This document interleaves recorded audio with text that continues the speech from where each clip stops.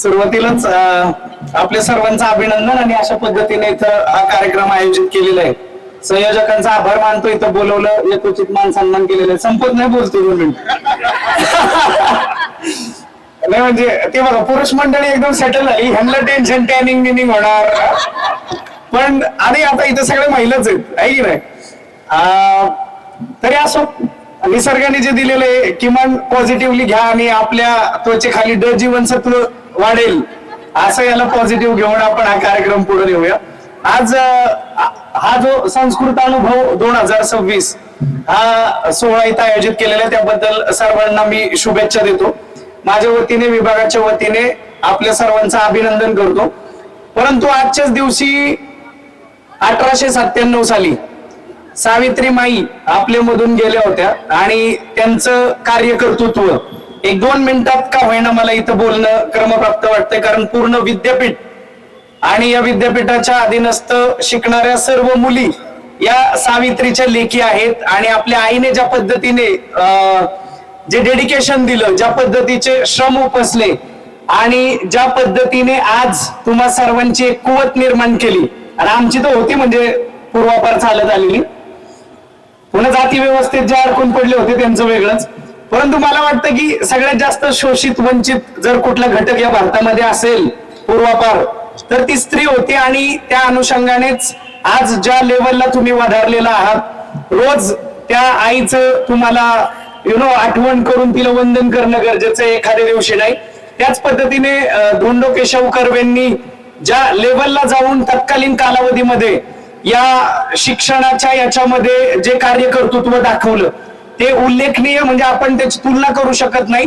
त्या लेवलला जाऊन या महामानवांनी तुमच्यासाठी जी काही झटापट केलेली आहे आणि आज ज्या लेवलला जाऊन तुम्ही तुमचं जीवन व्यतीत करू शकताय, खरंच त्यांचं धन्यवाद देणं गरजेचं आहे.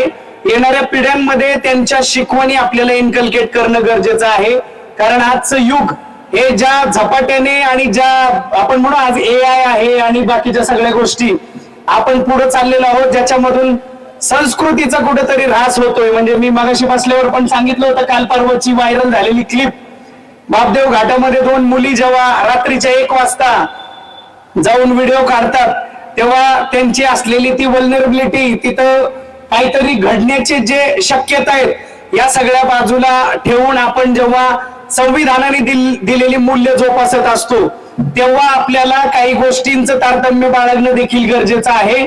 गावखेड्यातून इतर शहरातून इथं शिकायला येणाऱ्या मुलींनी या बाबतीत स्वतः निर्णय घेणं गरजेचं आहे, त्याचा उहापोह होणं गरजेचं आहे.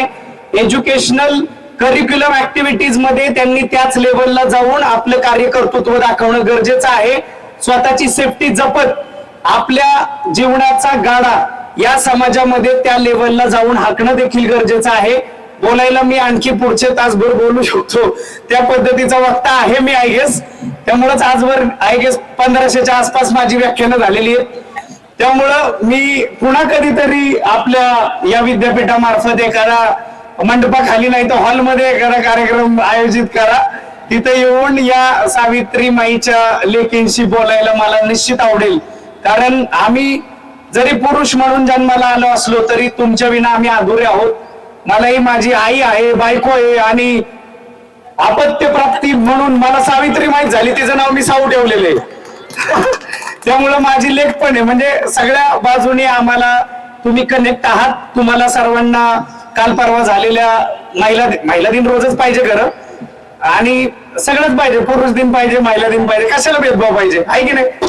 संविधानाने दिलेली समतेची मूल्य जोपासत आपण जेव्हा जीवन व्यतीत करू, तेव्हा निश्चितच या समाजामध्ये असलेल्या ज्या काही लॅकून आहे, जे काही मिसहॅप होतात आणि जे काही गोष्टी घडतात, या कमीत कमी घडतील अशी अपेक्षा व्यक्त करतो. आज एवढा चांगला सोहळा आपण आयोजित केलेला आहे, त्याबद्दल पुन्हा एकदा विद्यापीठाचं धन्यवाद व्यक्त करतो. आणि आता खरं थांबतो. धन्यवाद. जय भीम, जय शिवराय.